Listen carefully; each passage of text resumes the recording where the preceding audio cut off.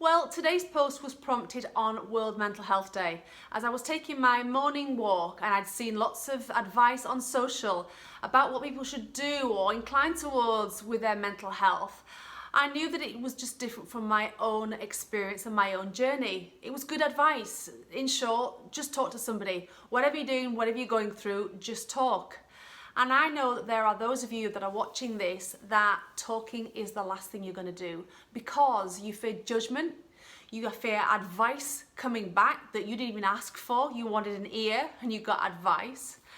Talking requires you to be vulnerable and you're not ready to go there yet. And you may also not have the people in your world that you would talk to. I know for myself it was that I was not close to family, I'd moved away from friends. And you can think, well, if we didn't have that kind of flow before this, then I'm certainly not going to start now and have this flow amidst all this sort of mess in my life. So you just simply think that it's easier to go through it by yourself. If you need help, please do talk to somebody. I'm not advocating that we don't and that we bottle things up and that we just get ourselves into a worse state. And if you know you need to and things are out of your control, then please do talk where you need to.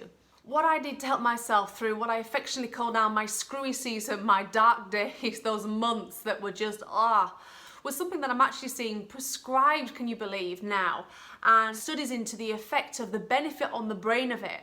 And that is simply movement, getting outdoors, taking a walk. And the reason it helped me in more ways than I knew at the time was first of all that it changed my physicality, it changed what I was doing with my body, it was giving me fresh air and oxygen to my lungs and my brain, it also changed my environment, meant that I wasn't just indoors all the time. And when you change your physiology and what you're doing with your body and you change your environment, you give yourself the opportunity to feel a little bit better. Thirdly, it injected into my day variety. Variety is a key human need we all have, that every day doesn't just sort of feel the same. And every day when you're going through it can feel like a long time. So getting outdoors, the weather's never going to be the same twice, or you may meet somebody that you didn't sort of plan on. It just gives the chance to have a different sort of outlook on your day than otherwise you may have done. Fourth, it gave a connection point in my day. We all have a human need for connection to something.